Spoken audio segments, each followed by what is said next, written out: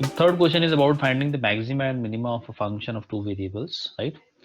And you all know that how to proceed to find maxima or minima. You just find the first order derivatives, right? So the first order derivatives p, that is del f upon del x, differentiating this with respect to x partially. So that will give you, but we have to multiply this, I think. But so what I will do, I will just multiply these uh, to get 12 times x cube y square minus 3 times x to the power 4 y square and minus 4 times x cube y cube, so that the first partial derivative with respect to x is p, and that is called del f by del x. So when you will differentiate this with respect to x, you will be getting 36 x square y square minus 12 x cube y square, right, and 12 x square y cube, and its derivative with respect to y partially is 24 x cube y minus 6 x to the power 4 y and minus 12 x cube y square. Now these are the first order partial derivatives, right?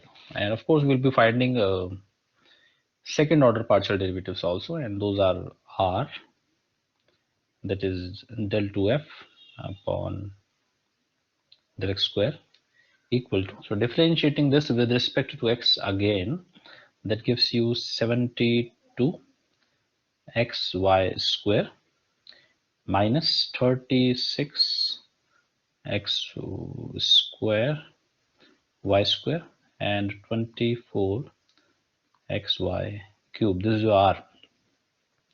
S is actually the mixed partial derivative. Either you differentiate this with respect to y or you differentiate this with respect to x. Both will result the same value.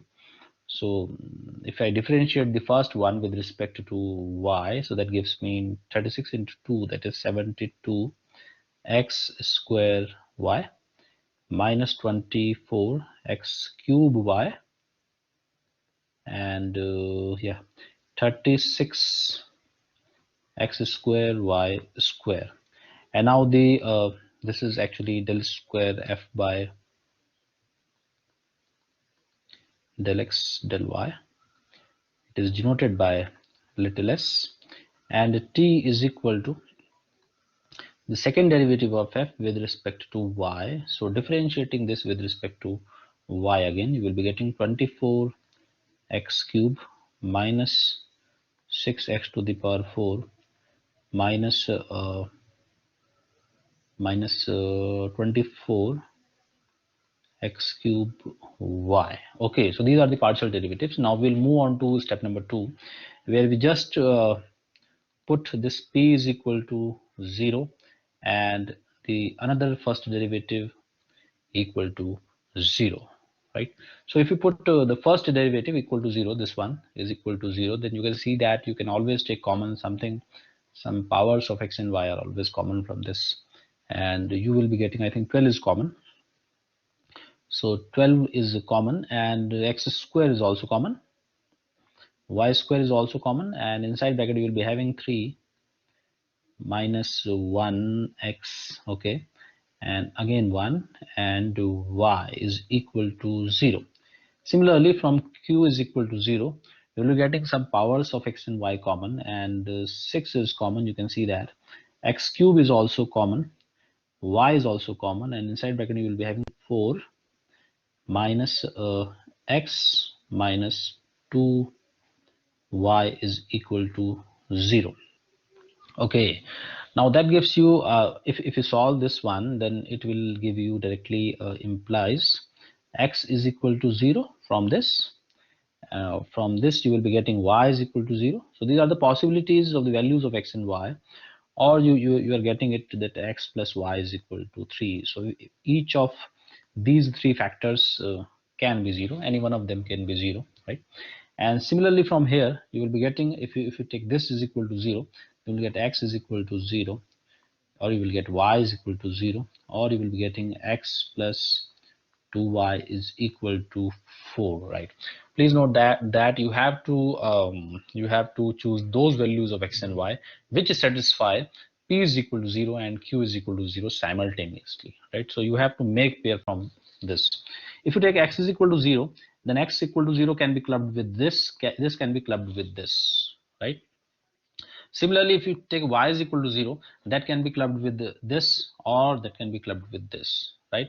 And if you take x plus y is equal to 3, that can be clubbed with this, and with this. So there are actually many possibilities here that we have to go through all of them, and we should make sure that we are not going to miss any of the possibility. हमें कुछ ऐसा नहीं करना है कि कोई हम point miss कर जाएं, सारे पॉइंट हमारे हाथ लगने चाहिए। ध्यान रखिएगा आपके पास ये जो हिस्सा है ये पहले वाले से आपको मिला है, और ये दूसरी वाली जो 3 सेट ऑफ इक्वेशंस हैं दूसरे से मिला है।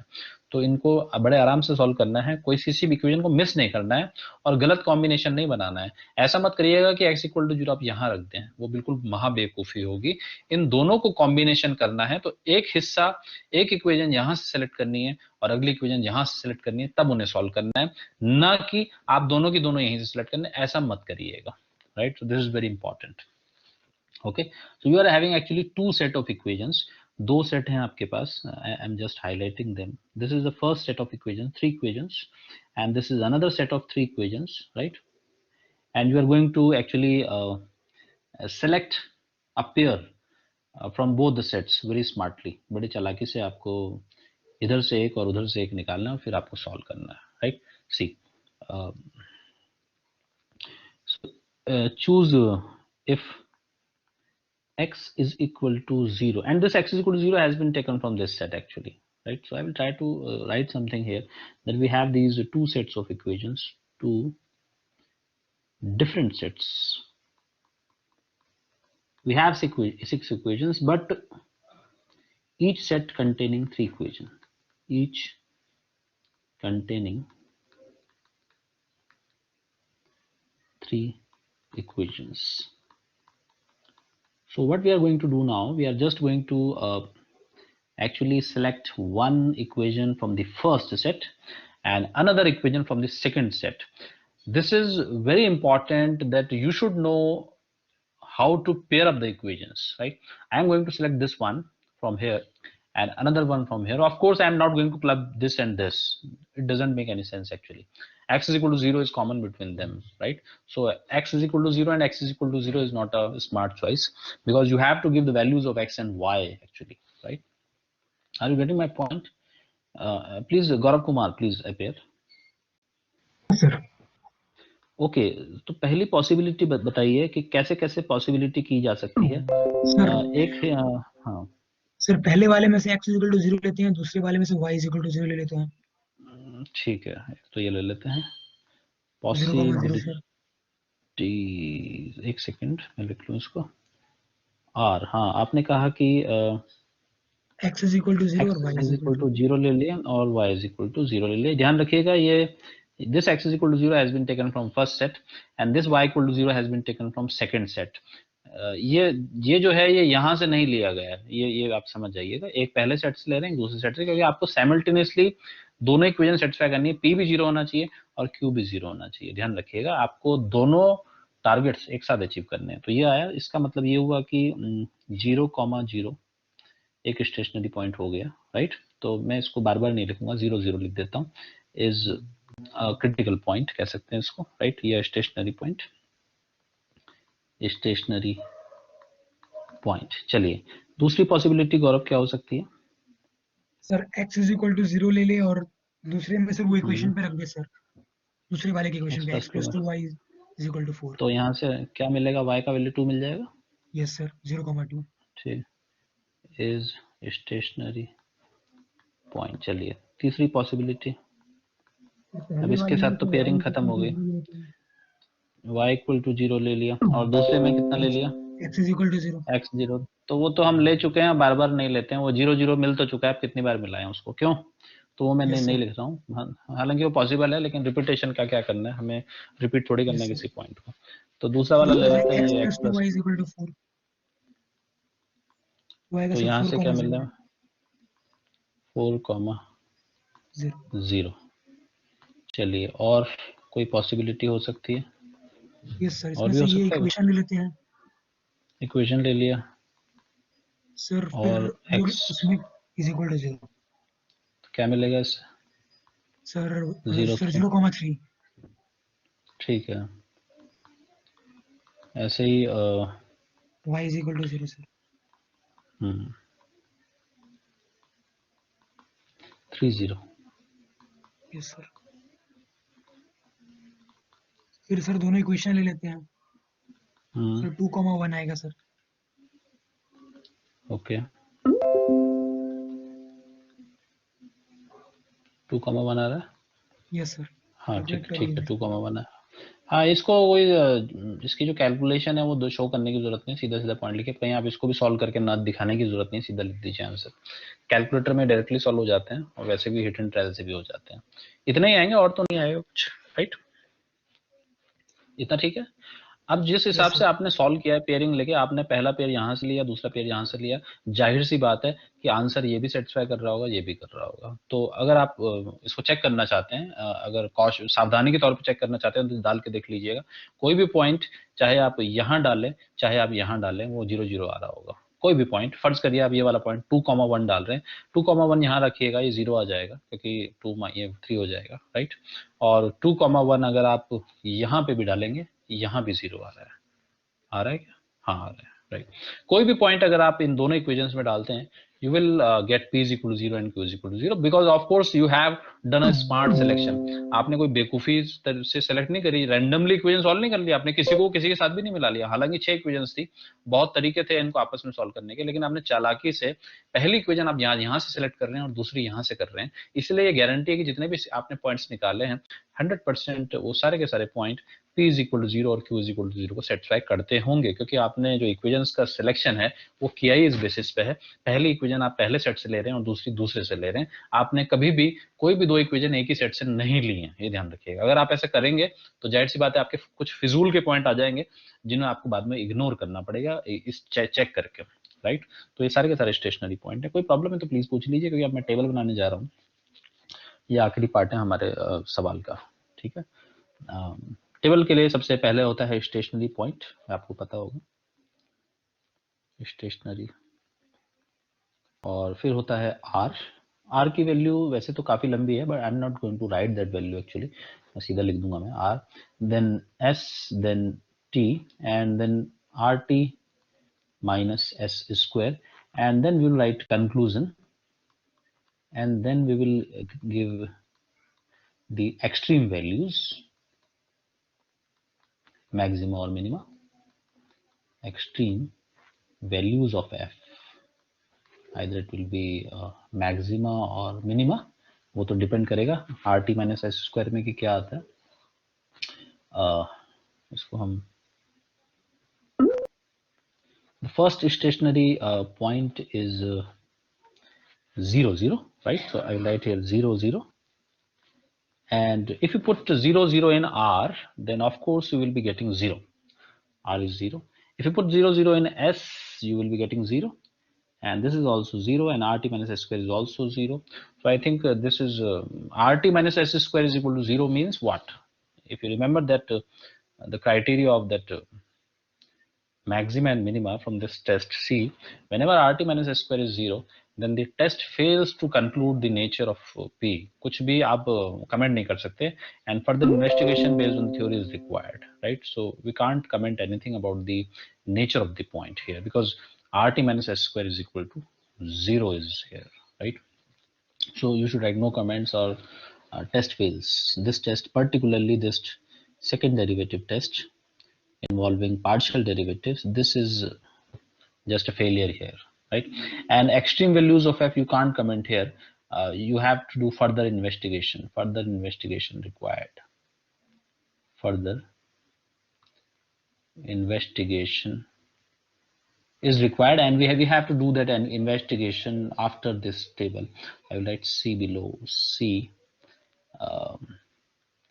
investigation which is done just after this table.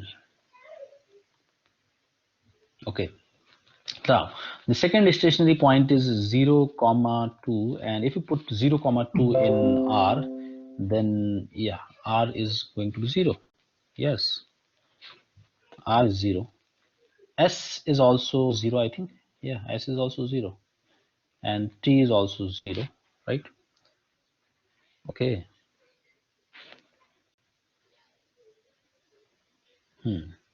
What is happening here? I think every point is a kind of failure point, because RST are always 0 until and unless you have 0 at one of the coordinate. I mean 1, 2, 3, 4, 5. For these 5 points, there will 3,0 be कुछ अलग हुआ है sir.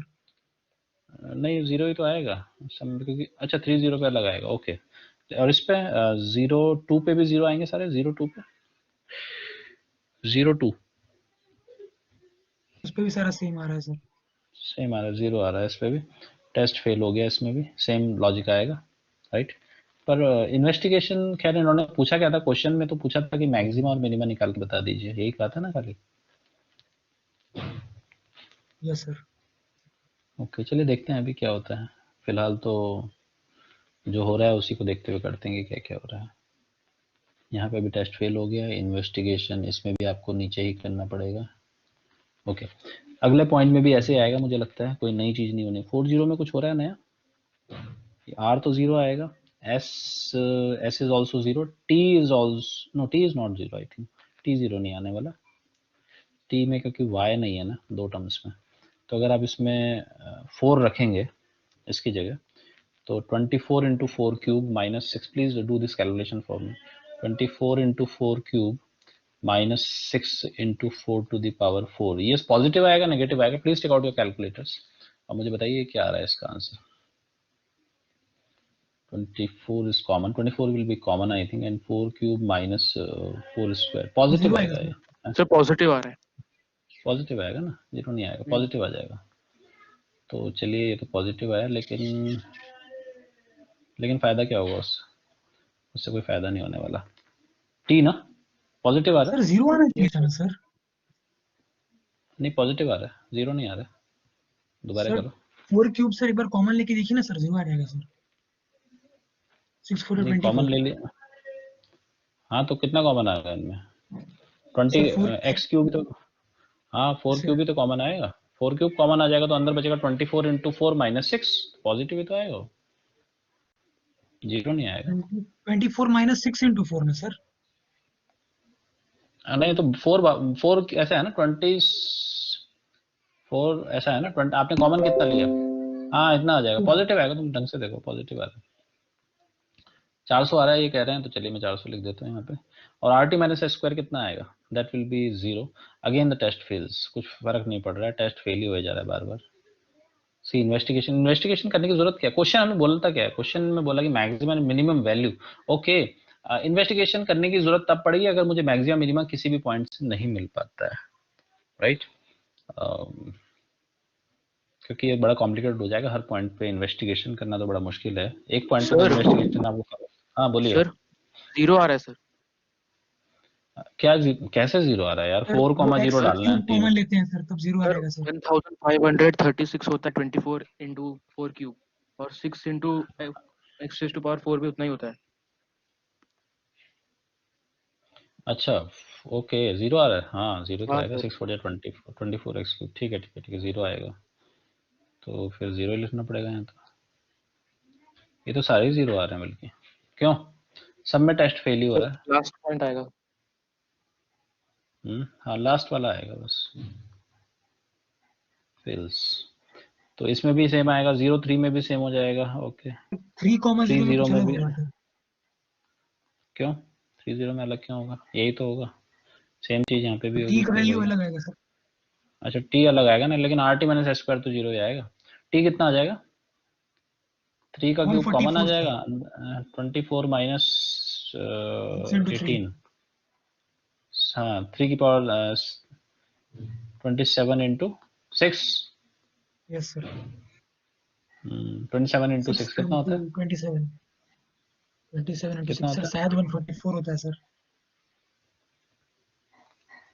27 into 6 6 7 जो 42 किस में T में हो रहा है ना 62 सर 42 162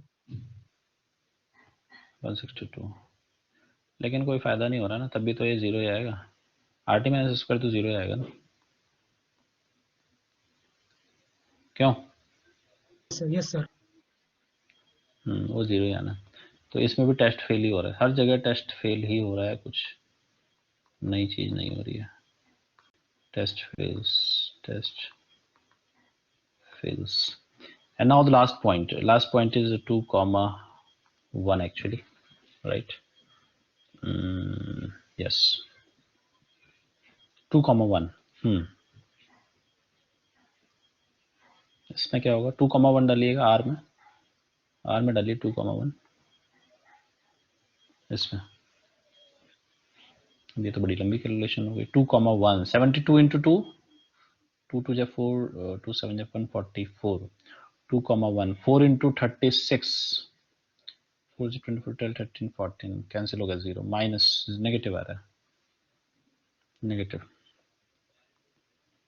लेस देन 0 हाँ -48 ठीक है और श्योर मैक्सिमा आएगा सर हाँ मैक्सिमम लेकिन RT माइनस एस चेक करना पड़ेगा ना पहले तुम्हें एस चेक करो एस में चेक करिए 2400 सर एस में डाल के minus s square sir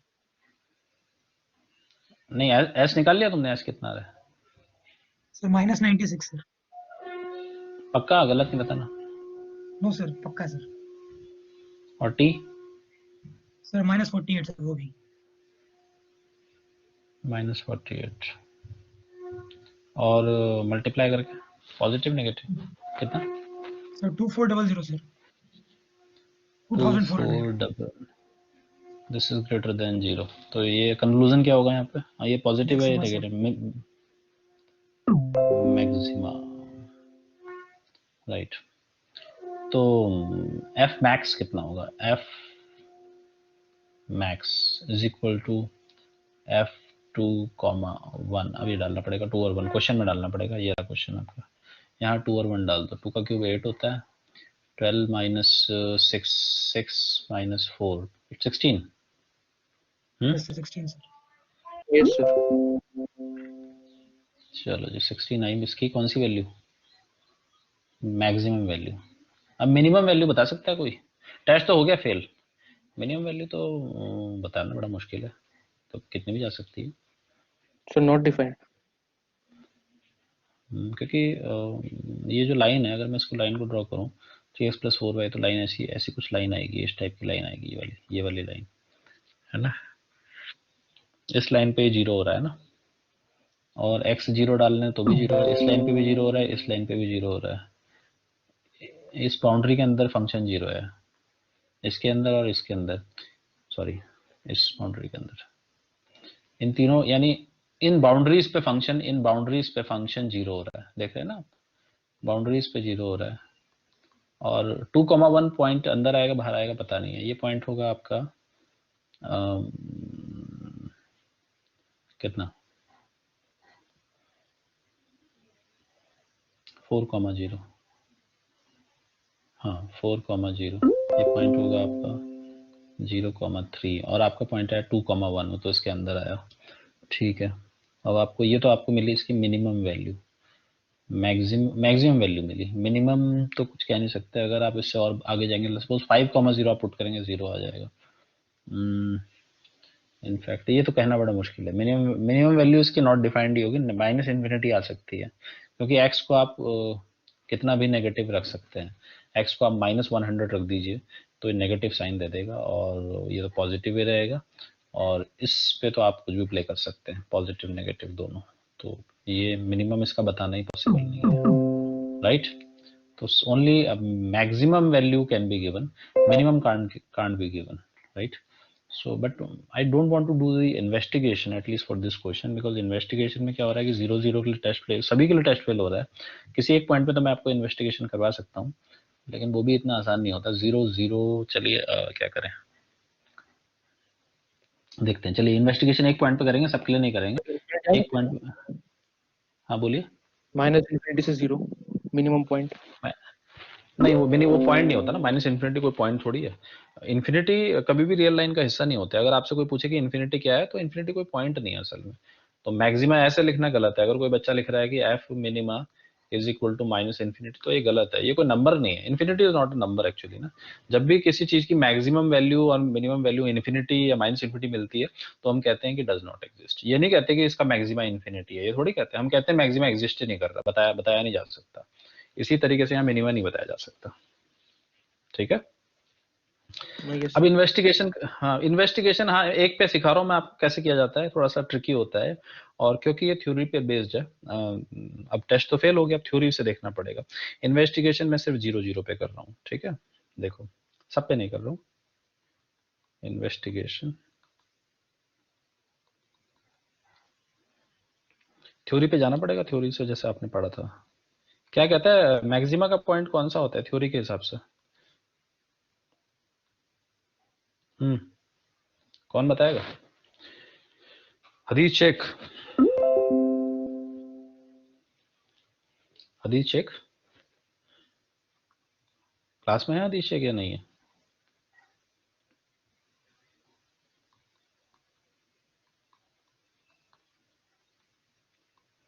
eight point 0 right. सी, किसी भी पॉइंट को मैक्सिमा या मिनिमा, इस टेस्ट की बात छोड़ दीजिए, तब कहा जाएगा, अगर मैक्सिमा तब कहा जाता है जब उस पॉइंट पे फंक्शन की वैल्यू औरों से ज्यादा होती है। इस पॉइंट, इसको देखिएगा, इस चीज को, उस पॉइंट पे जो फंक्शन की वैल्यू है वो औरों से ज्यादा, डोमेन के और पॉइंट से ज्यादा होती है। ये वाला भी देख सकते हैं, राइट। और किसी पॉइंट को मिनिमम तब कहा जाता है जब उस पॉइंट पे फंक्शन की वैल्यू औरों से कम होती है। तो मैक्सिमम मिनिमा का जो थ्योरेटिकल डेफिनेशन है वो तो यही है, अगर टेस्ट फेल हो जाता है। अब आपको देखना पड़ेगा कि क्योंकि आप इन्वेस्टिगेट कर रहे हैं किस पॉइंट पे, you are standing at the point 0 आप ओरिजिन पे खड़े हुए हैं, और ओरिजिन पे आप खड़े हुए हैं और आपके ऊपर छत है बनी हुई, ऑफ कोर्स छत है ये, ऑफ कोर्स अगर आप इसको ड्रॉ करेंगे, इस ग्राफ को, इस फंक्शन को ड्रॉ करेंगे, तो that will be kind of surface. मुझे नहीं पता इसका सरफेस का कैसा आएगा, पता नहीं स्पेरिकल आए या हमें कैसा आ सकता है, मुझे नहीं पता कैसी छत आने वाली है, right. Of course this is not a flat ceiling, right. You have to investigate that what is the height of function at 0 and you have to investigate the height of the function around in the neighborhood of 0 तो 0 के आसपास आपको कुछ investigation करने होंगे कि वहां पे जो है फंक्शन की कैसी वैल्यू आ रही है, 0 से ज्यादा आ रही है, 0 से कम आ रही है, राइट। और ये जो तस्वीर हमने बनाई थी, ये कुछ मैंने वैसे ही बना दी थी मैंने, एक्स वाई एक्सिस और ये लाइन करके, लेकिन इस तस्वीर की अभी आपको जरूरत बिल्कुल नहीं है। आपको जरूरत है 0 की जरूरत है, 0 के नेबरहुड को जानने की जरूरत है, राइट। तो मैं नई पिक्चर बनाऊंगा, I will draw new picture, and axis भी बनानी पड़ेगी मुझे, कोऑर्डिनेट एक्सिस जो होती है, राइट। चलिए वो तो यहाँ से ड्रॉ हो जाएंगे।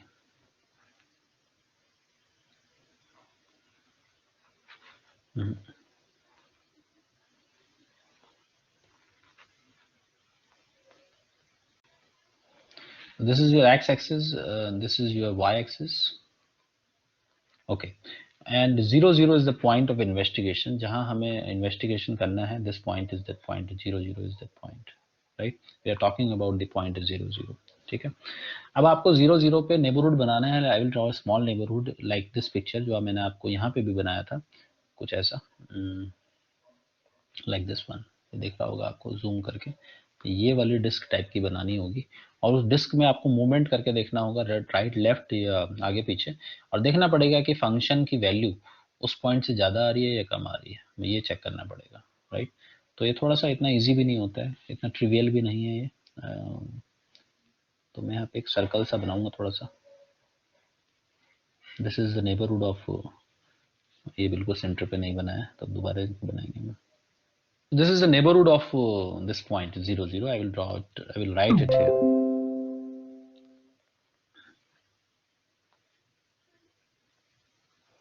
Neighborhood of 0 this small circle, right? यहाँ तक कोई प्रॉब्लम है किसी को तो प्लीज मुझे रोक लीजिए। हमें क्या करना है, कुछ पॉइंट देखने हैं इसके लेफ्ट या राइट में, जहां पे फंक्शन की वैल्यू क्लियर कट पता चल जाएगी, पॉजिटिव आएगा या नेगेटिव आएगा। लेट मी सी, देखिए इस पॉइंट का नाम मैं दे देता हूँ P, अगर इस पॉइंट का नाम आप P दे देते हैं, right, then see, since f evaluated at point P, or you can say that f evaluated at 0 0 is equal to 0, right? अब आपने क्या करना है, आपने इसके थोड़ा आजू बाजू में देखना है कि वहां पे f की क्या वैल्यू आ रही है। f को आप लिख सकते हैं इस फॉर्म में, कुछ कॉमन लिया था शायद हमने, कुछ ऐसा था ये, x cube y square, x cube y square 12 minus 3x minus 4y. Okay, this was the function. Now see, 0 0 जब हम रख रहे हैं तो ऑफ कोर्स आंसर 0 आ रहा है, वो तो आना ही है क्योंकि स्टेशनरी पॉइंट भी है उसका, और फंक्शन की वैल्यू भी 0। अब मुझे सिर्फ क्या करना है, मुझे कुछ पॉइंट इस छोटे से नेबरहुड के अंदर कुछ आपको इक्के दुक्के पॉइंट बताने हैं, जिससे कि जिसमें साइन पता चल जाए इसका कि इससे ऊपर वैल्यू आ रही है या नीचे आ रही है। कुछ हिट एंड ट्रायल मुझे देखना पड़ेगा, क्या किया जाए। कोई सोचिए इस बारे में। अगर मैं इसमें 1, 1 रखता हूँ, 1 1 है, in place of x1, in place of y1, then I will be getting a some number which is greater than 0, of course. 12 minus 7, that is 5. And if I put minus 1 and minus 1, of course, then I'll be getting minus 1 and 12 plus 3, yeah, then negative sign. Okay, right. So I've got 2 points. See,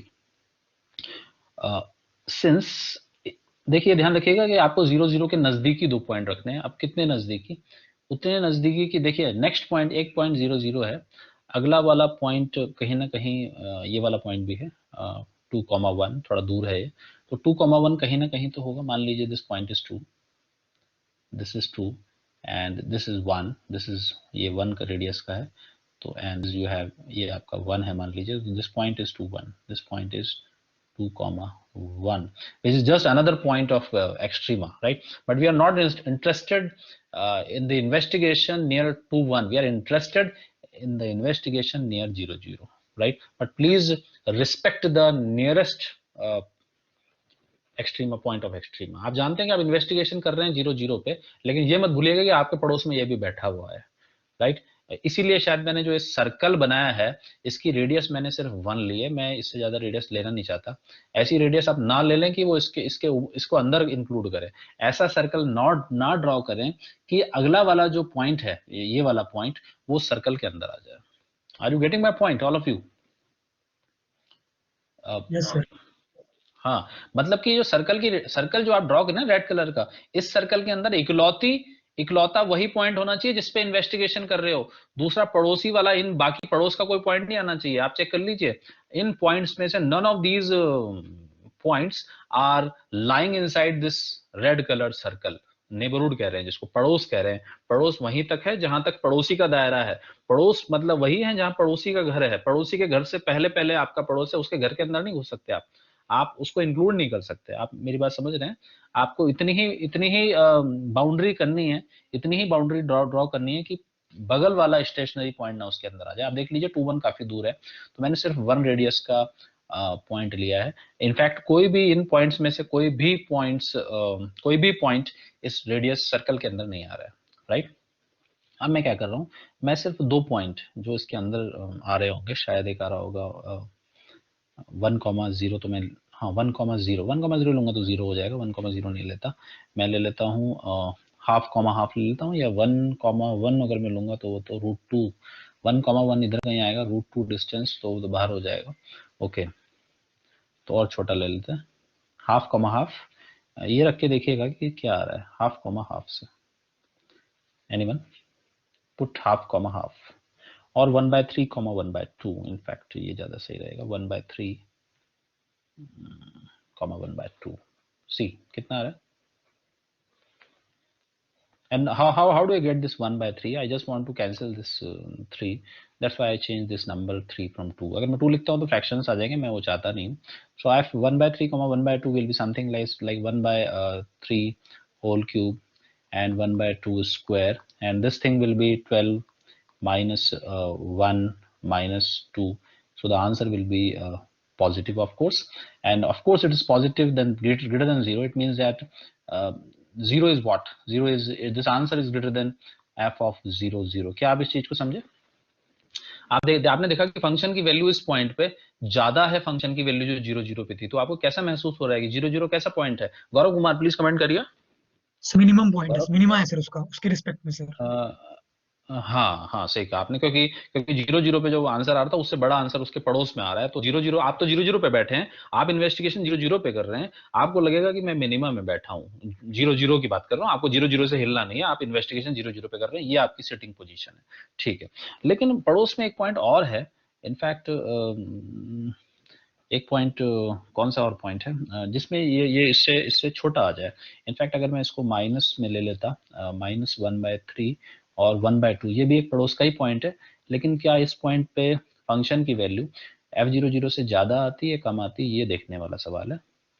तो 12 + 3 - 2, तो इस बार answer शायद कितना आता, negative आ जाता, f00। क्या ये +1 बात सर। आपको समझ? हाँ नेगेटिव आता ना, ये माइनस बैठा ना यहाँ पे, हाँ राइट? सर। ओके, तो आपने देखा कि अब आपको 0 0 में आप बैठे हैं, अब आपको एक तरफ तो जब आप इस पड़ोसी वाले नजदीकी पड़ोसी को आपने देखा तो उसकी वैल्यू आपसे ज्यादा थी, दूसरे पड़ोसी को देखा तो उसकी वैल्यू कम थी। तो आप मैक्सिमम में है, मिनिमम में है, या सैडल पॉइंट है, बताइए। मिनिमम है सर, मैक्सिमम है सर। कैसे मिनिमम, कहाँ मैक्सिमा मैक्सिमम है? तो मैक्सिमम पढ़ो अभी सैडल पॉइंट है दोनों के बीच सैडल पॉइंट है। पॉइंट है ना, बीच में है ना, ये सैडल तो पॉइंट। कभी सैडल पॉइंट है ना। एक पड़ोसी से तो आपकी वैल्यू छोटी आ रही है, एक पड़ोसी से बड़ी आ रही है, तो आप सैडल पॉइंट है बीच का सर। झूल, सैडल पॉइंट है, राइट? ऐसे ही इन्वेस्टिगेशन और पॉइंट पे किया जाता है, ये मैंने सिर्फ आपको एक पे बताया, ध्यान रखिएगा, ठीक है। तो मैं इन्वेस्टिगेशन एक पे लिख रहा हूँ, बाकियों पे मैं कर नहीं रहा हूँ। और मैक्सिमम मैं आपको बता दूं, मैक्सिमम जितने भी टेस्ट फेल होगा वहां सैडल पॉइंट ही आता है। मैक्सिमम ये होता है, क्योंकि जितने भी मैक्सिमम मिनिमम के पॉइंट होते हैं वो तो पकड़े जाते हैं टेस्ट से, सैडल पॉइंट हमेशा मिस हो जाता है ज्यादातर इस टेस्ट से। और ज्यादातर ऐसा होता है, लेकिन ये इस बात को आप श्योरिटी भी मत लीजिएगा, ज्यादातर कह रहा हूँ मैं, मैक्सिमम टाइम से यही होता है, ठीक है। कोई प्रॉब्लम किसी को? एक और क्वेश्चन हम करेंगे जिसमें ऐसे ही इन्वेस्टिगेशन हमें करना पड़ेगा, और आपको थोड़ा इन्वेस्टिगेशन थोड़ा सा परेशान भी कर रहा होगा, और ये परेशान करता भी है क्योंकि ये बिल्कुल थ्योरी पे बेस्ड है, टेस्ट इसमें काम नहीं कर रहा है। ये परेशान करने वाला है क्योंकि 2 पॉइंट वाकई में ढूंढने पड़ते हैं दिमाग लगा के, ठीक है। कभी तो आसानी से मिल जाते हैं, लेकिन कभी कभी नहीं भी मिल पाते। ओके, अगला क्वेश्चन करने के लिए तैयार है आप? ऐसे ही इन्वेस्टिगेशन वाला वो भी। Yes sir. ओके चलिए,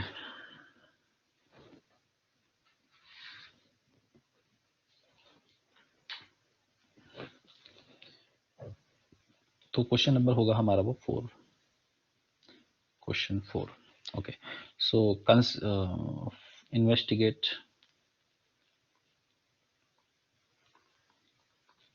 अब मैं सीधा ऐसा क्यों ना करूं कि सिर्फ मैं चलिए मुझे निकालने तो सारे ही पड़ेंगे, क्योंकि नेबरहुड में भी तो ये भी तो रेड कलर सर्कल का भी तो इम्पोर्टेंस है। बिना पड़ोसी नेबर स्टेशनरी पॉइंट जाने के सर्कल भी ड्रॉ नहीं हो सकता ना, प्रॉब्लम ये है ना। Investigate the nature of critical points of fx comma y, और फंक्शन भी x⁴ plus y⁴ minus 2x square plus 4xy minus 2y square। Okay, so ये आपका फंक्शन है। सॉल्यूशन, अब हमारा ज़्यादा फोकस इन्वेस्टिगेशन पे जा रहा है। हम ये टेस्ट आप कर रहे थे बड़ा आसान सा लगने लग रहा है, क्योंकि इसमें तो कुछ नहीं है, तो सीधा बता देता है आंसर। इन्वेस्टिगेशन थोड़ा मुश्किल होता है, तो मैं शॉर्टकट भी मारूंगा क्योंकि समय बचाऊंगा मैं। हम क्या करते हैं, पुट करेंगे p को 0 के इक्वल और q को भी 0 के इक्वल। जाहिर सी बात है p और q मैं निकाल नहीं रहा हूँ, लेकिन डायरेक्टली मैं निकाल भी सकता हूँ अगर आप डिफरेंशिएशन करें इसका। That will B 4x³ minus 4x plus 4y is equal to 0, and the first derivative with respect to y is 4y³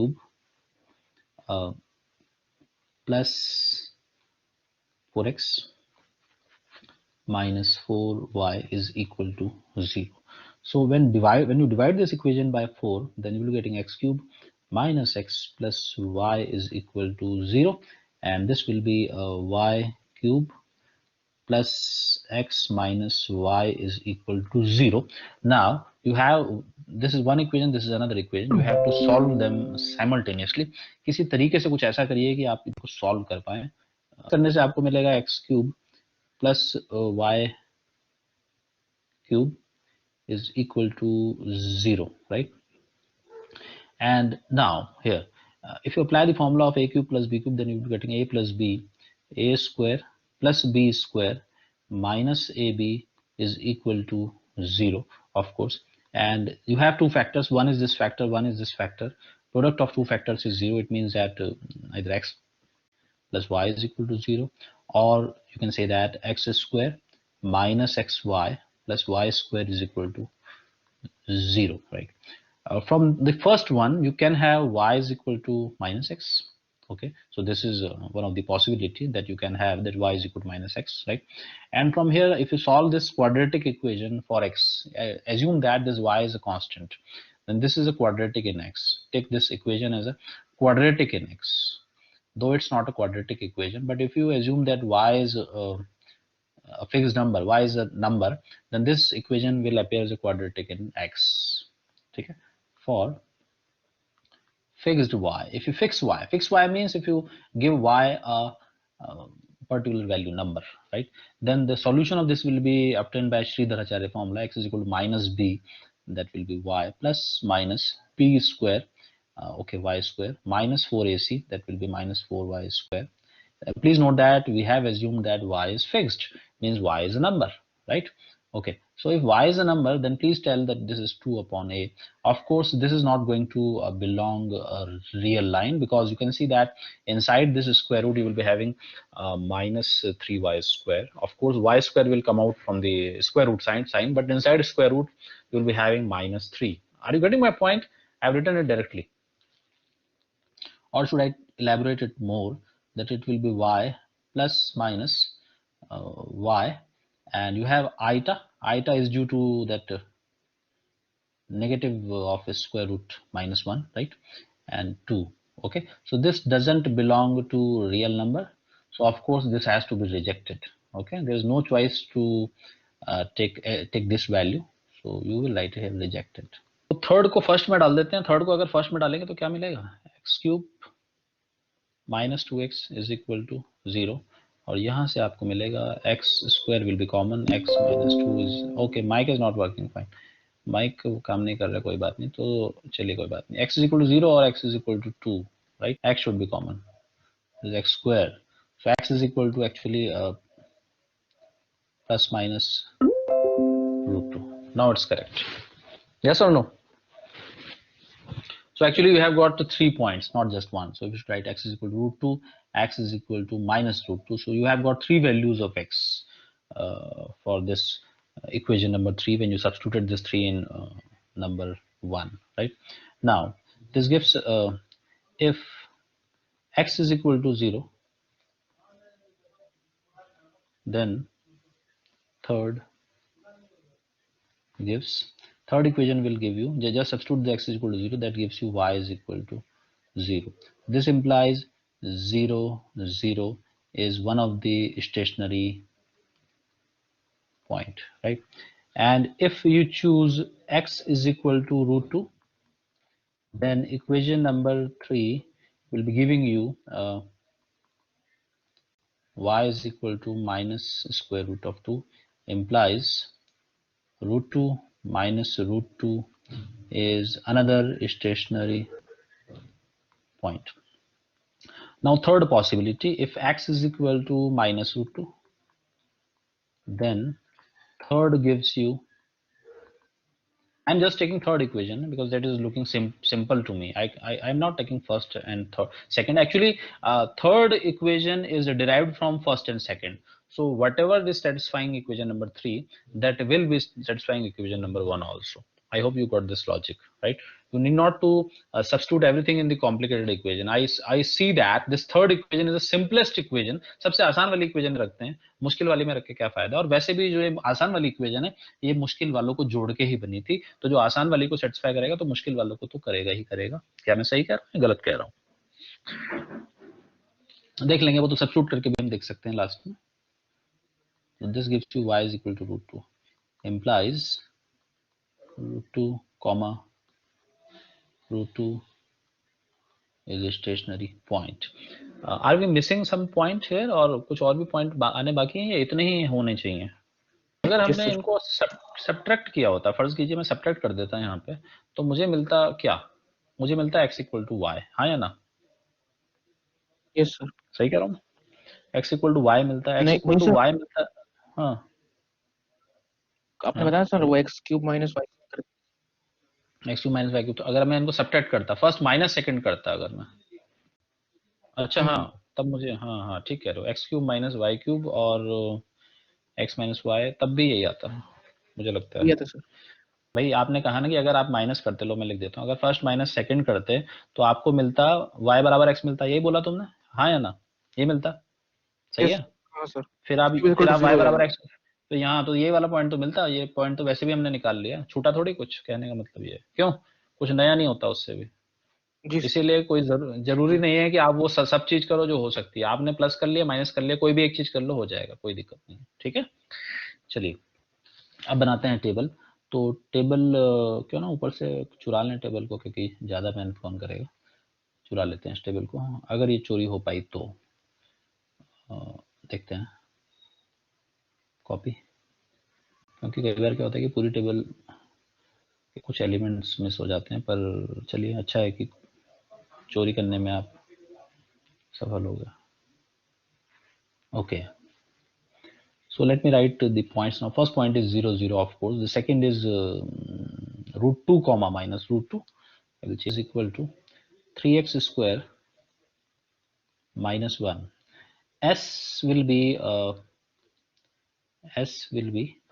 the differentiation of this with respect to y, so that gives you 1, actually 1, and t will be differentiation of the 3y square minus 1. Okay, fine. तो RST तो ये आ गया आपके, right? Now 0 0, if you put 0 0 here, you will be getting minus 1, this is 1, and this is minus 1. So you can see that this r is less than 0, right? And RT minus S square is 0, unfortunately. So the test failed. So we have to do investigation. Okay, no problem. Root 2 minus root 2, just put it here. So 3 to 6 minus 1 is 5. This is positive. This is fixed. This is 1. And root 2 minus root 2. So that gives you, okay, positive 5. 5. And 25 minus 1 is 24. So this is positive, and when it happens, then RT minus S square is positive and R is positive, so it's point of minima. And should we write the minimum value? F minimum is equal to, sir हाँ sir जो आप बोलिए, r लिखे हैं sir -1, sir वो तो sir हम्म, आप reduce form का ले लिए हैं sir, x cube minus x plus y, इसमें तो 4 कॉमन लेने के बाद सर वो आया था इक्वेशन। चल अच्छा अच्छा, चलो कोई बात नहीं। तो फिर 4 से मल्टीप्लाई कर देंगे, ये तो 4 कॉमन लिया था ना मैंने, ये इससे कोई कहना चाह रहे हो ना? गलती नहीं होगा सर? नहीं नहीं, हमें तो साइन से यस मतलब सर, है ना, उसके बाद न्यूमेरिकल आया था वैल्यू सर। थोड़ी है वो। Yes sir. हाँ, कोई गलती नहीं होगी, क्योंकि आप तो साइन से मतलब है ना, आपको मतलब वैल्यू से नहीं है। साइन में तो कोई बदलाव नहीं आने वाला ना, ये कह रहे हो ना आप? Yes sir, yes sir. हाँ, तो कोई फर्क पड़ेगा नहीं, मतलब आंसर में कोई फर्क नहीं पड़ेगा। न्यूमेरिकल वैल्यू तो हमें ओके चाहिए भी नहीं, वैसे भी 4 लगा देते हैं यहाँ पे। ये था आपका क्या, टी? Yes sir. अब ठीक है, ओके चलिए। तो f minimum equal to 8 again, okay fine. Now अब एक पॉइंट रह गया जिस पे इन्वेस्टिगेशन आपको करना है, 0 0, उसका इन्वेस्टिगेशन वही हम सीखना चाह रहे हैं, वही नई चीज़ है। 0 0 पे इन्वेस्टिगेशन आपको करना पड़ेगा, ठीक है? चलिए मैं 0 पे इन्वेस्टिगेशन कर रहा हूँ, सी। तो चलिए 0 0 पे इन्वेस्टिगेशन करना है, तो सबसे पहले तो आप 0 0 पे वैल्यू निकाल लीजिए कि कितनी वैल्यू आ रही है फंक्शन की, राइट? सी, एफ की वैल्यू जो आपका क्वेश्चन है, उसकी वैल्यू 0 0 पे, इस पॉइंट का नाम भी दे देते हैं, काम करते हैं, इसका नाम देते हैं पी, राइट? तो पी पे एफ की वैल्यू आ रही है, यानी कि f at p is equal to f at 0 0, और शायद वो 0 ही आ रही होगी, मुझे लग रहा है। कितना है? या 0 आएगी, ओके। फिर से वही लॉजिक आपको सोचना है। I have to copy this picture once again, ये वाली पिक्चर जो आपको दिख रही है ग्राफ वाली, बना लेते हैं इसको यहाँ पे। y axis, this is x axis, right, x and this is y, और एक सर्कल हमको बनाना पड़ेगा जिसका कि रेडियस उतना हो जिसमें पड़ोसी वाला पॉइंट ना आ जाए। तो अगर ये पॉइंट आप पड़ोसी पॉइंट देखें √2, सो अगर इसका ओरिजिन से डिस्टेंस नापें तो अगर डिस्टेंस फॉर्मूला आप लगाते हैं 0 0 और √2 माइनस √2 के बीच का डिस्टेंस आएगा 2 प्लस √2 डिस्टेंस आएगा। तो you have to take radius less than 2 actually, right. So मैं वो सर्कल बना रहा हूँ, एक सर्कल जिसका की रेडियस 2, ओके। तो ये वो सर्कल है और this is the point of investigation जिसके बारे में हम बात कर रहे हैं। ये पॉइंट है 0 0 जिसके बारे में इन्वेस्टिगेशन कर रहे हैं और पड़ोस के 2 पॉइंट हम प्लॉट कर भी लेते हैं, सुविधा के लिए कर लेते हैं, वैसे कुछ खास जरूरी नहीं। √2, √2 विल बी 1.414 समथिंग, कुछ यहाँ कहीं होगा √2 माइनस √2।